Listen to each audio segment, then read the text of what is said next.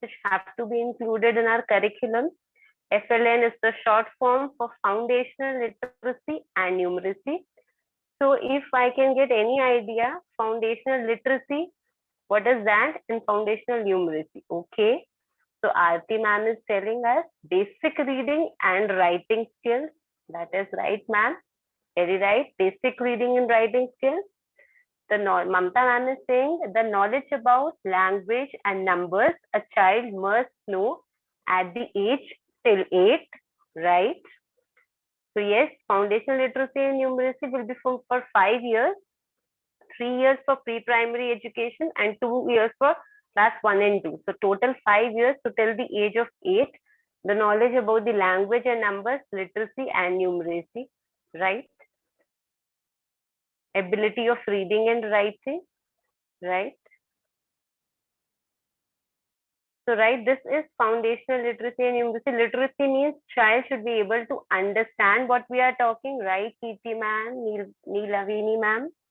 Asanti ma'am is also saying reading and number recognition at the age of 8 years, right? So reading and number recognition should be there. There are some parameters.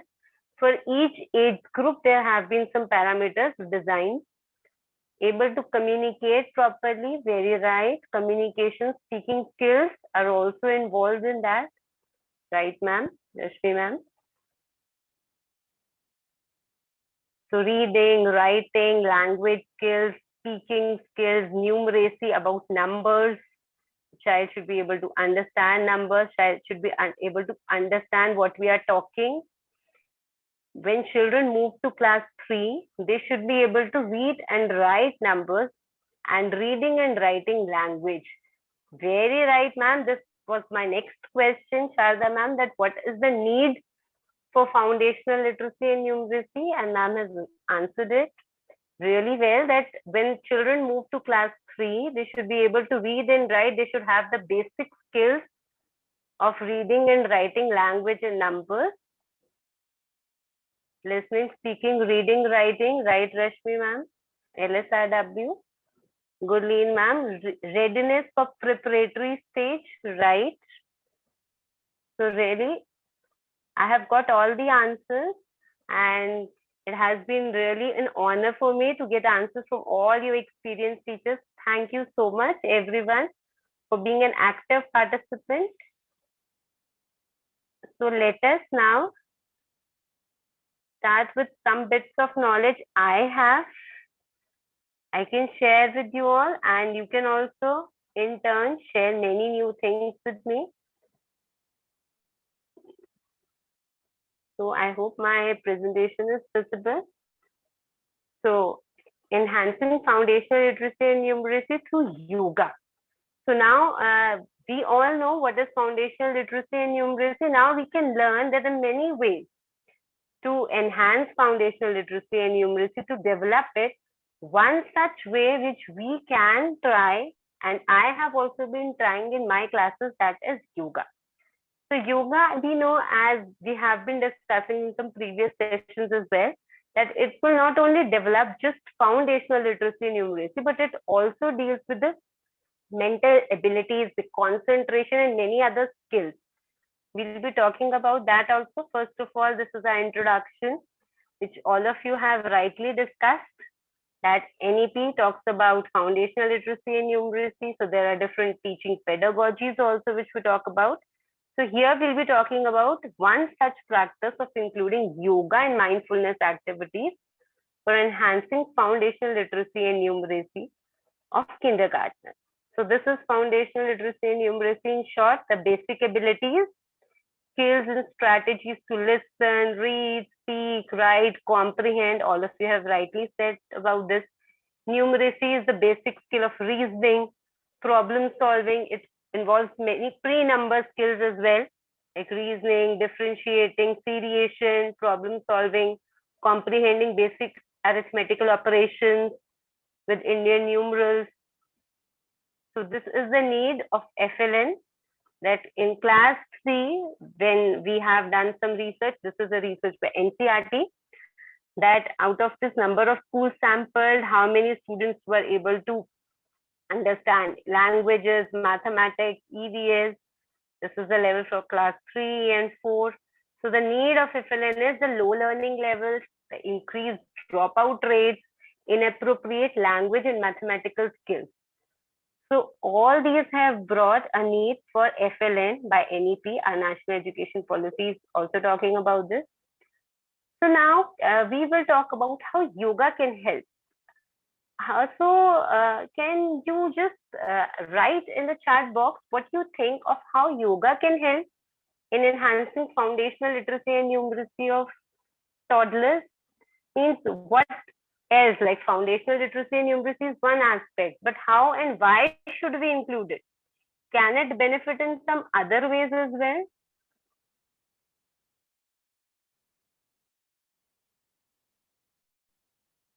It can improve our concentration, right, Meenu ma'am? So it can improve concentration, develop concentration and blood circulation level, right, Mamta ma'am?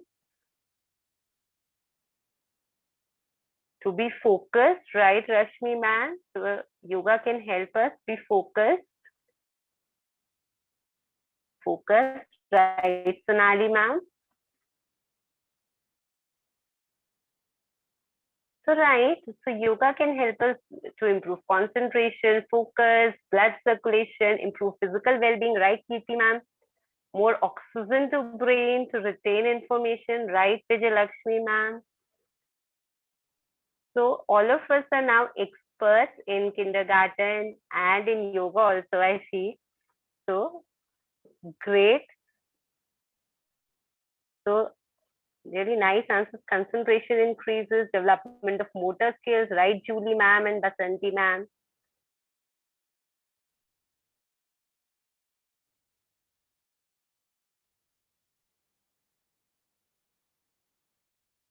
So now, yes. So what are our objectives? Our objectives of including this yoga is to involve the learners physically, emotionally, and socially while learning language and numeracy skills, and also to develop a relation between head, hand, and heart to bring out awareness about their own body and surroundings and to learn in a fun way to make learning relatable with their own self.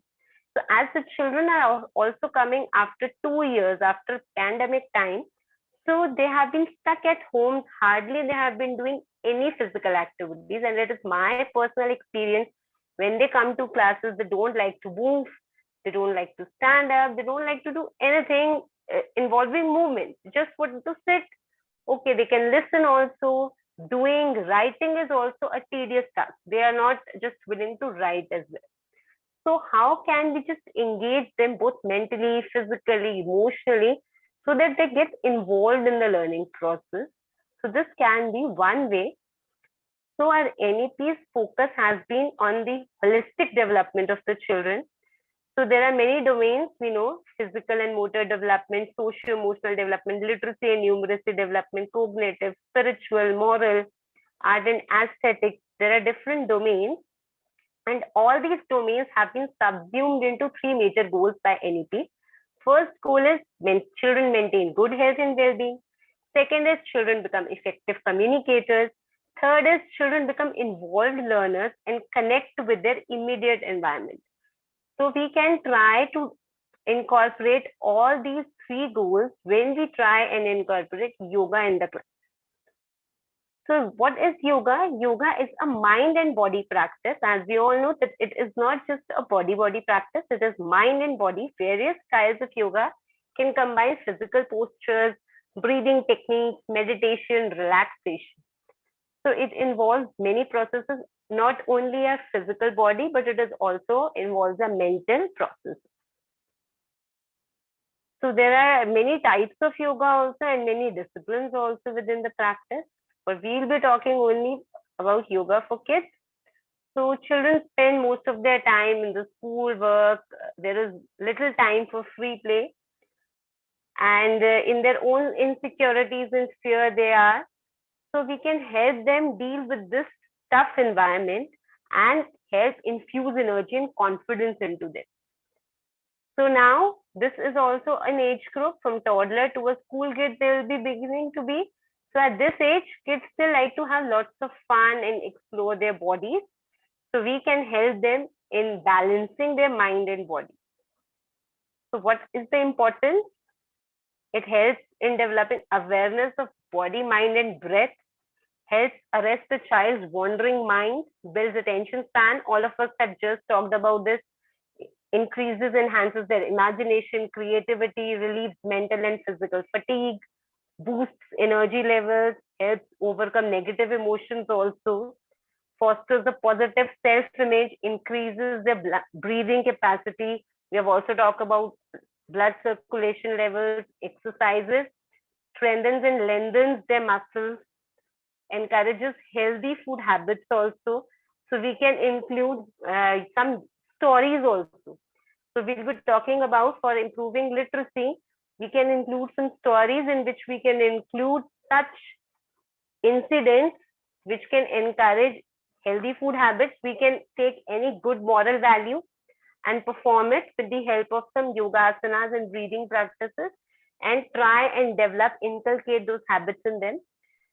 Reduces obsession with TV and other electronic devices. So what is foundational language and literacy? It is fundamental literacy, which refers to the skills and strategies involved in reading, speaking, writing, and interpreting our thoughts. So these are some of the key components: oral language development, phonological awareness of different sounds, decoding, print awareness, vocabulary, reading comprehension. Child should be able to comprehend what the child is reading. Reading fluency, concepts about print, writing, competency of writing, the gross motor skills of holding a pencil, culture of reading or inclination towards reading. So what are some of the activities to enhance language and literacy? So for teaching this age group, we can try and give them lots of fun, approval and encouragement. Whatever they are doing in this age group, when they are doing some yoga also, we won't run for just correctness, appropriateness. We don't do that. We'll just approve of what they are doing and try and encourage them. Provide music, songs and pictures. We can include music while they perform these exercises or yoga asanas. We can include some songs, we can include some pictures so that children can look at the pictures and perform. If we teachers are not able to perform certain things, we can show them through flashcards or pictures. Give plenty of opportunities for rest at this age, as children will get tired and cranky also. So we can give some rest time, some breathing practices in between. Simple yoga games that have clear rules are good for this age group. We can use children's names. We do all know that children love to be called by their names. Use healthy food and drink choices in your stories. Use singing if you are comfortable with it, or you can use some pre-recorded songs as well. Children this age are often passionate about their favorite colors. So you can also incorporate them into the story so that they can share and enjoy. Try and ask questions also, so that they can learn to comprehend also different things. Like, what color is your favorite? My butterfly's wings are blue. Which color you want them to be? So after Billy replies with the color or color of his butterflies, you can ask, is that or those are your favorite colors also? So children can give their favorite colors, the favorite qualities to their characters. Big one or a small, a big, fat fox or a small fox, anything. Involve children in story decisions. What color should we paint this house? What should we put on our sandwich? If we are making a sandwich, what things can we put in it? Give plenty of praise also when the children offer suggestions. Make sure all the details in our story match up, because children will pick up the minor details and they'll say, ma'am, earlier you said that it was a blue house. How come now it's pink? So just please take care of the details. Use plenty of emotions in the story, as it will help children also in understanding and vocalizing their emotions. Because children at this age group can't name their emotions, and also they don't feel comfortable also in expressing them. So if we try and express them through our stories, then children can also feel that it's fine to express them and how can they express them in a better way other than just crying or getting cranky about it? So use plenty of emotions. Props are fun. You can use some puppets, teddy bears also to make the story fun. So our performance of the story is also that makes it alive and gets ready, gets them to join it. So laughter, we can keep the story as funny as possible. And kids also love to learn some new tricks. So you can ask them, okay, can you do so? Can you be like a table? Oh, wow, you can do that. So it is very much fun for them. Experience and excitement. Although standing on one leg is old and boring for us as adults, but it is often a brand new experience for our young children. So they get really excited for these little things also. So our voice, our different tones and pitches also makes our story interesting, fun, and full of suspense. No, I know that some teachers are blessed with the capacity to make different voices, but most of us can't do that. So we can just try and play with the different tones and pitches. We can raise our voice, lower down our voice. We can work with these things to make to just add a sense of surprise, suspense, fun, to make it interesting. So exaggerated emotions. So kids are only just learning how to identify emotions. So we can just exaggerate the emotion which we are portraying. For example, if we are creeping through a jungle, trying not to wake a bear, you would use a wobbly tone in your voice. Okay, I am moving like this. Speak very quietly. Do an over the top tiptoe style walk also. And just exaggerate the emotions, make them as big as they can so that the children are able to understand it.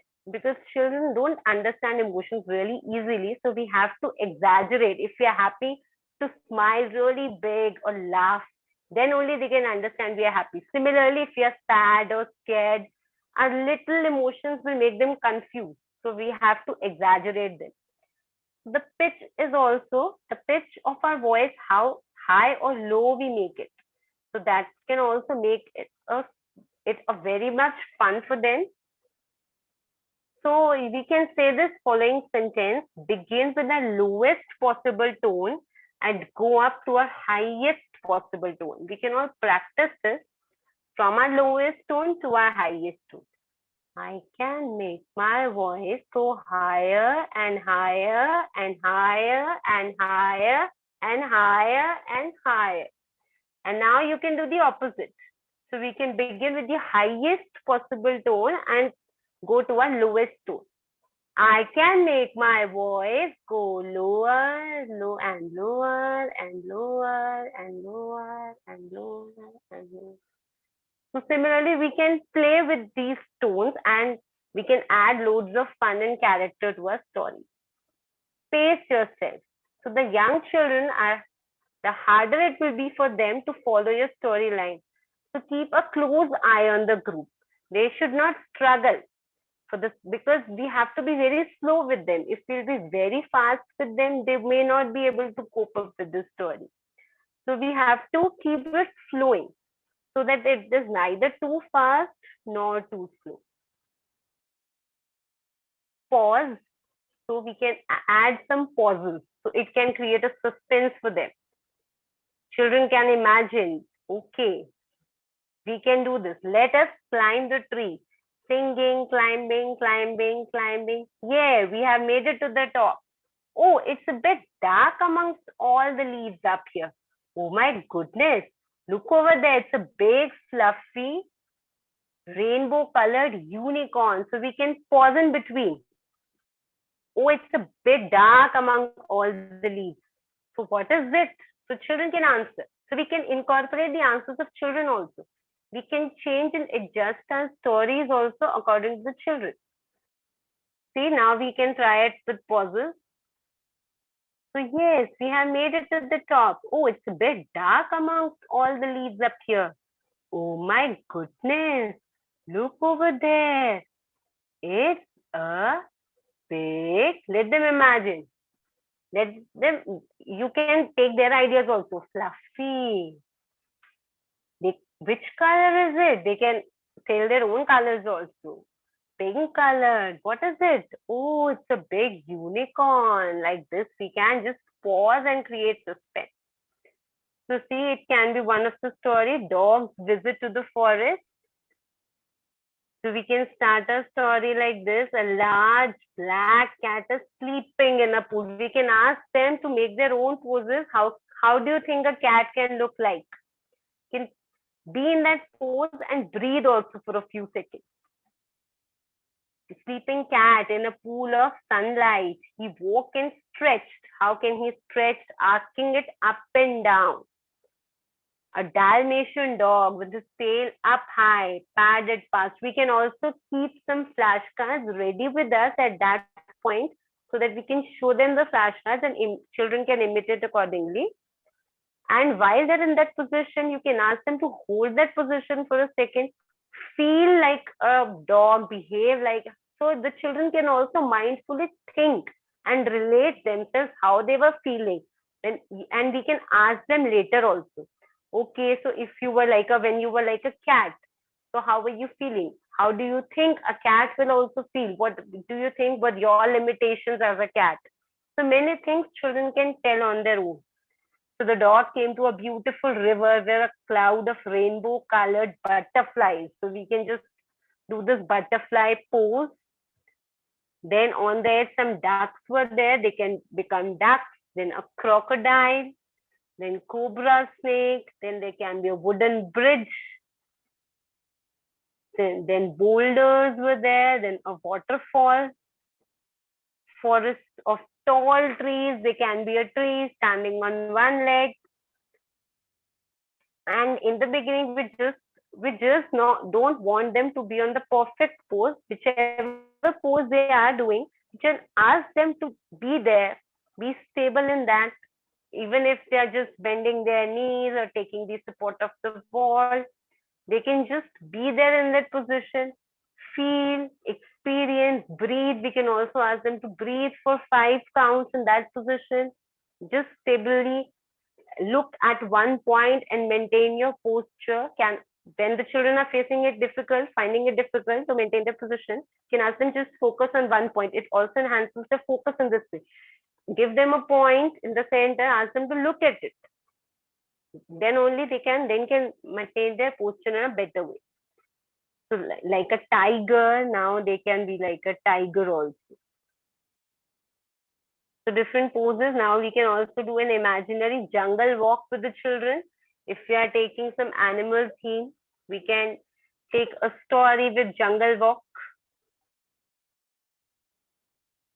So begin your walk by walking around the room slowly in search for your jungle adventure.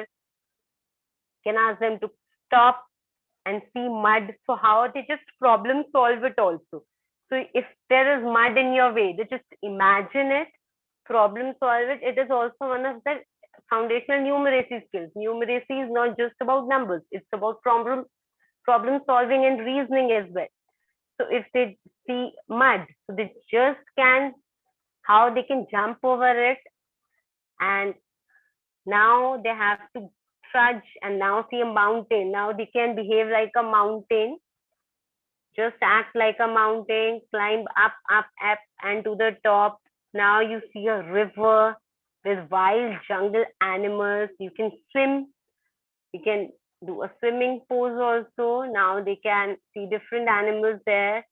They can see an elephant, a giraffe, crocodile, monkey. They can do different poses. Be a monkey, a mountain, swim, become an elephant, crocodile, giraffe. So these different things they can do while they are learning story. And we can incorporate story in any theme, any lesson which we are doing. Similarly, sound skills also, if we are teaching them phonetics. So when children are engaged in motor activity while learning, so there more areas of the brain get activated there. So we all know that children learn better by doing. So this learning by doing is the concept which has come from this, that all the areas of brain gets activated when they're physically involved in any task. So we can ask them, if we are saying a word like deer, so what is the initial sound? Can you form it with your own hands or your own body, or the last sound of deer? R. Okay, so can you create R using your own body? So we can also help them do it in pairs also. They can make with their hands, arms, body, fingers in different ways. They can use and create. So alphabet yoga, similar way we have talked about this. Vocabulary skills. So many yoga poses are named after the real object. Like there is a tiger pose, like table position, tabletop position is there, chair pose is there. So we can ask, we can enhance the vocabulary also. Mountain pose, give them different words. We can ask them to perform it. So this way they will learn the vocabulary also, and they will also know how the thing a person looks like. So if we ask them to just draw like a Christmas ball, so how a Christmas ball is, they can imagine it, they can create it, and it will help them in remembering also something in a better way. Transport yoga, so children can choose any vehicle and pretend to be like it.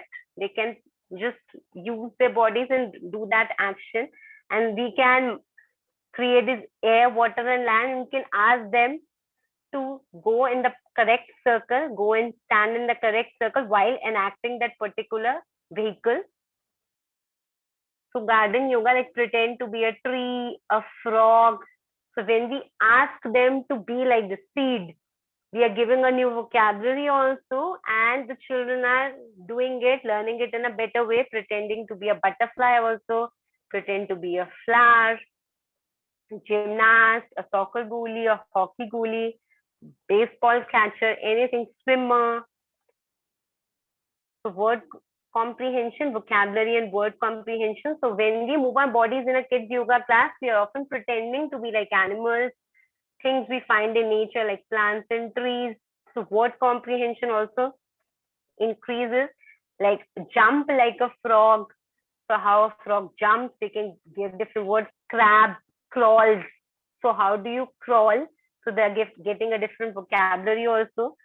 And sit and place your palms flat on the floor. When you are giving your instructions also, sit and place your palms. So they also get to know what are our palms. And just behind you, near your hip, we can show it while standing also. They know just by speaking what is behind. We need not tell them. So while giving these instructions also, they learn a lot of vocabulary. So elephant stomps, lift your knees as high as you can. So they get knowledge about the different body parts as well. So when we are taking up spring season, or we are taking a topic on plants, you can ask them to plant the seed, grow into a bud, water and sunshine, and how a flower blooms. So in spring season, different seasons, they can be like sun, tree, flying bird. And whenever they are in a certain position, we can ask them to hold in that pose for a few minutes. So this holding will increase their concentration and focus. So face yoga, which we have been talking about, that children have many feelings. So this rhyme, they can sing it in the tune of Twinkle, Twinkle, Little Stars. I have feelings, so do you. Let's all sing about a few. So these different feelings, we can make our faces, and children can also express them: happy, sad, mad, proud, angry, bored. So similarly, through this poem, we can increase vocabulary and word comprehension. Different prepositions like up and down, snap, snap, snap, fishes in the sea go swish, swish, swish. We can ask them. Waves up and down, shark, snap, snap, snap, fish, swish, swish, swish, boats, toot, toot, toot. So they can perform it. Rainy season also, we can ask them song or breathing as well. Peter Pan. So whenever we move up in when we are doing yoga, we just inhale, and whenever we are going down, we exhale. So breathing in, then we go up in the raindrops when our hands are up, and down. Breathe out when we are down. So slowly and gradually, children can just understand this breathing pattern within them as well. So this rhyming words island game also. So they can take some flashcards and then just look at those words, sit and understand, read them, do the actions, create them with their own body, be stable for a few seconds, and then they can move in their own circle. Like 8 words are there together in 8 circles, so they can just form it. Wet, how can they act like wet? They can do something with it. Met, 2 of them can do a handshake, and they can create a pose and stand there for a while. So they have to read, comprehend, and reach to their correct island. Mirror, mirror can also be a good warm-up exercise. So this is one person is the leader, the other has to copy the poses one person is doing. So this yogi says is similar to what is Simon says, can be done by the children. So animal yoga, so we can give them different vocabulary words like stomp, pound, slither, and they can perform yoga poses accordingly. Like polar bear, what do you hear? I hear a lion roaring in my ear. So lion, they can do a lion pose, and then next they can create their own stories. Lion, what do you hear? They are becoming a lion, and we can ask the other child. They can say, I hear a hippopotamus. So the other person can be a hippopotamus, and then the other can be a flamingo, and then they can move on. So they can walk, do the actions, animal pretend play can be done. So ocean yoga, the animal yoga can be done. Breathing exercises, snake breathing, they have to sit in a comfortable pose, inhale, and then exhale and create the sound of his snake. So they'll get to know about the animal, the sounds, different vocabulary skills are there, and also the breathing also enhances. Lion, similarly, lion breathing can also be done. They have to stick out their tongue and just roar like a lion. Bumblebee breath can be done. Soup breathing also, they can hold a bowl of soup and we can ask them. Okay, which soup is it? What are the vegetables in it? Which soup you like the most? It will also enhance the vocabulary of different kinds of soup they like, why they like, who likes it and who doesn't like. And also we can just inculcate the habit of eating healthy. So now, before we move to few activities for foundational numeracy skills, I would just like to ask if there are any questions till now. I'll just see in the chat. Yes, ma'am. Cat, cow, dog pose also can be done. Now you can write a few questions if you have any before we move to some foundational numeracy activities. If you have a few questions, we can take up. Please write them in the chat box, teachers. Thank you, ma'am. Thank you, Rashmi, ma'am.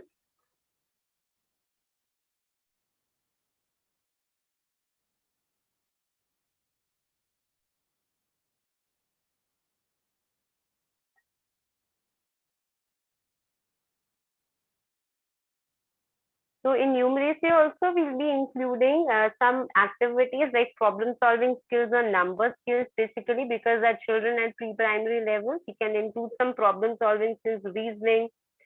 Okay, ma'am. Okay, Aarti, ma'am.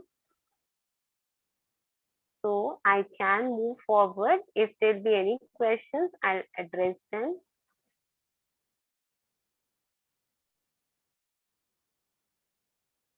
So foundational numeracy. So numeracy is the ability to reason and to apply simple numerical concepts. So it will be the ability to reason, apply simple concepts in their daily life, problem solving, 3-number and number concepts, comparing, seriation, classification. So these are some of the components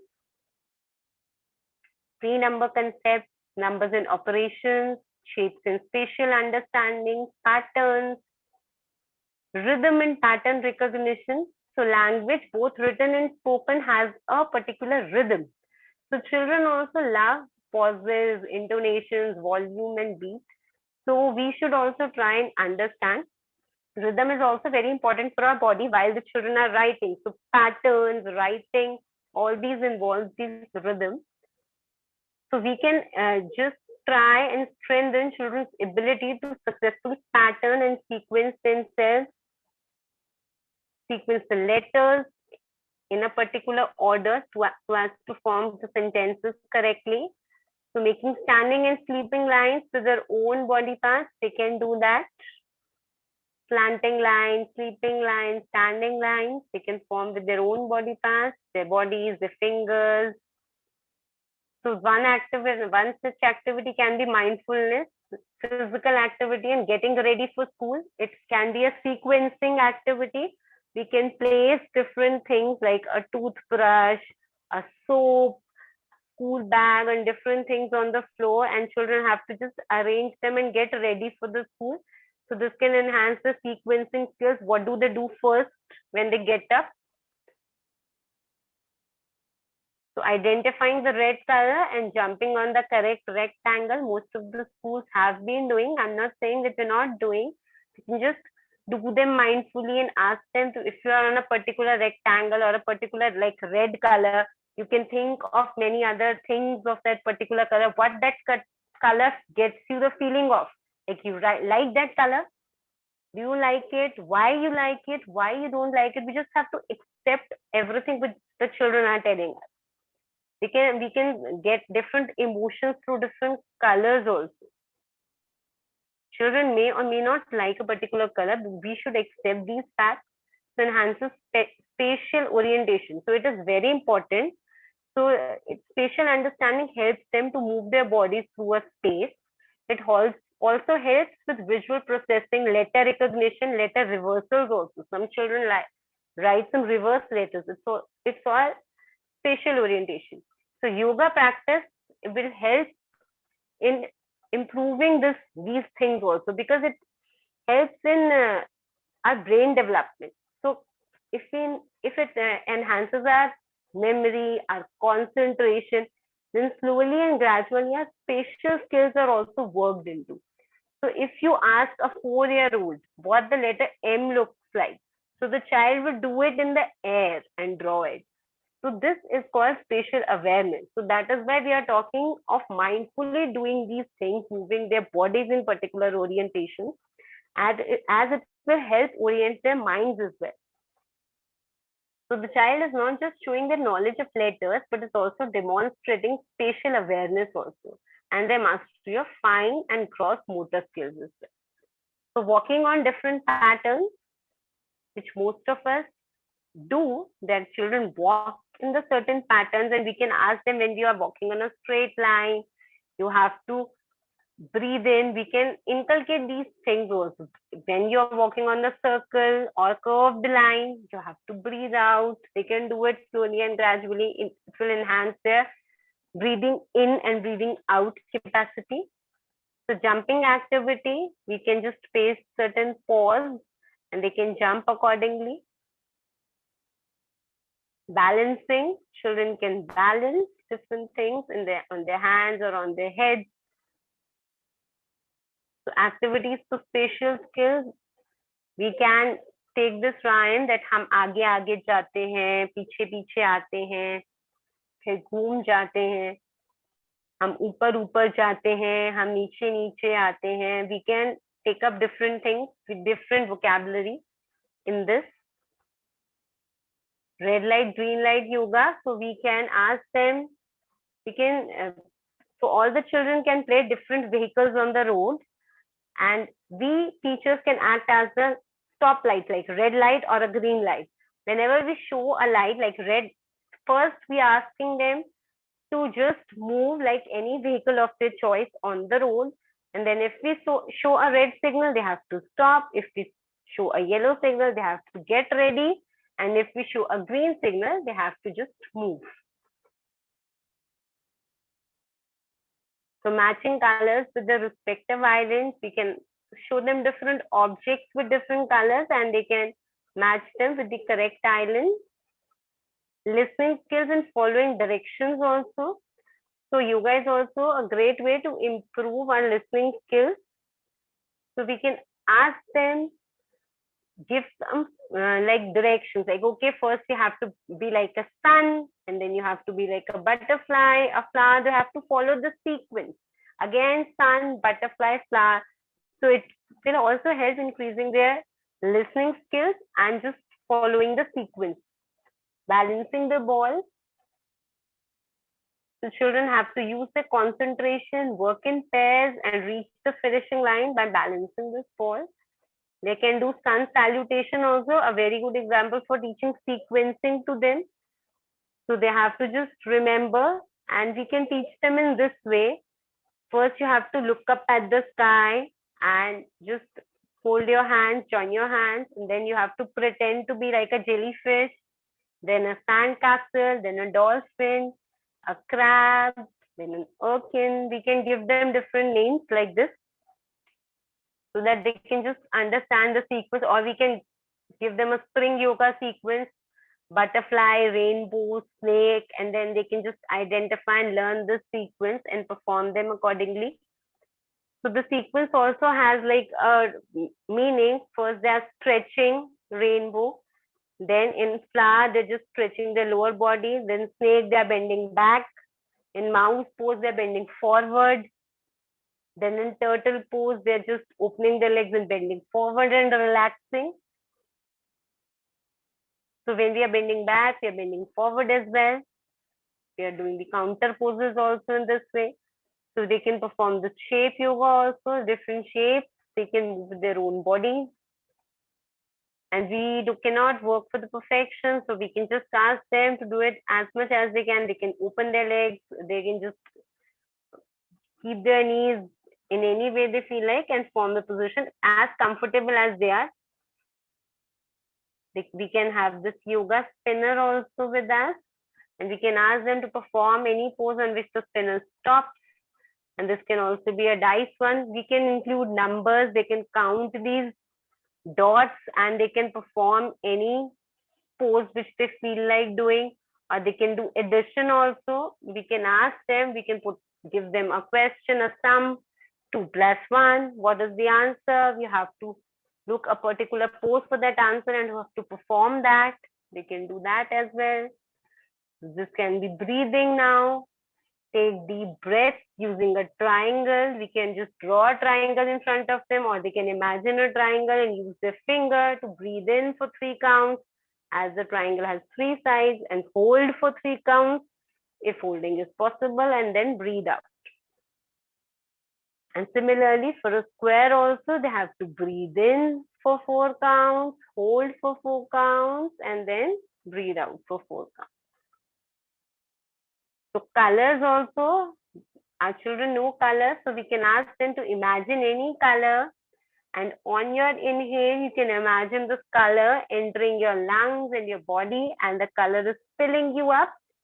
You have to breathe this color in deeply. And as you breathe out, imagine the color leaving your body, blow it all the way out for a count of 4. Pause and then do it again. So this can help enhancing the learning and knowledge of different colors. This aid breathing. They can put their finger in the air and place it at the top of the number 8.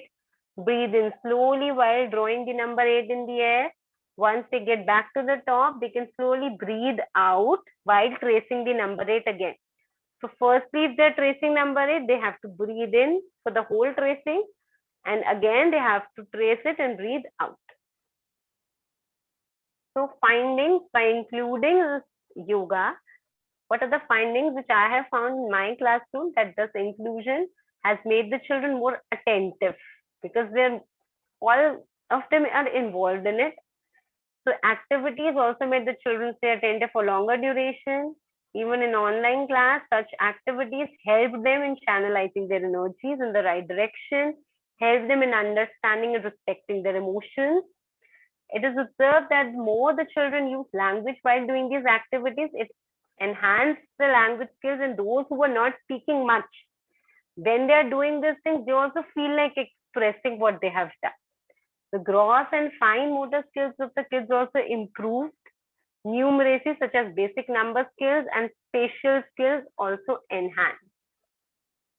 So the concluding remarks, the Indian Early Childhood Education Impact Study conducted by CECED at Ambedkar University mentioned this, that high quality early childhood education programs should be there to develop conceptual and language foundation.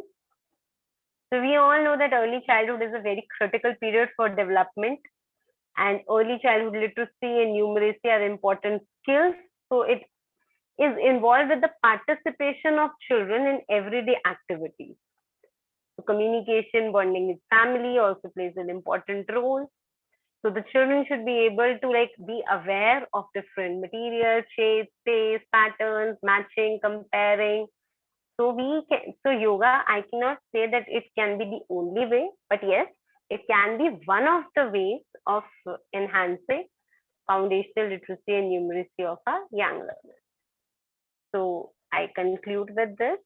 Thank you everyone for being patient listeners. And now I can take a few questions if there are any. If there are any questions, I can write it down in the chat box.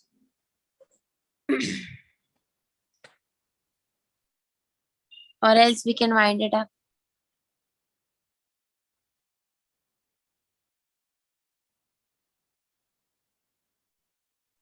Okay, I think there are no questions in the chat. Thank you, Preeti ma'am. Thank you everyone for joining. Please register for our tomorrow's session.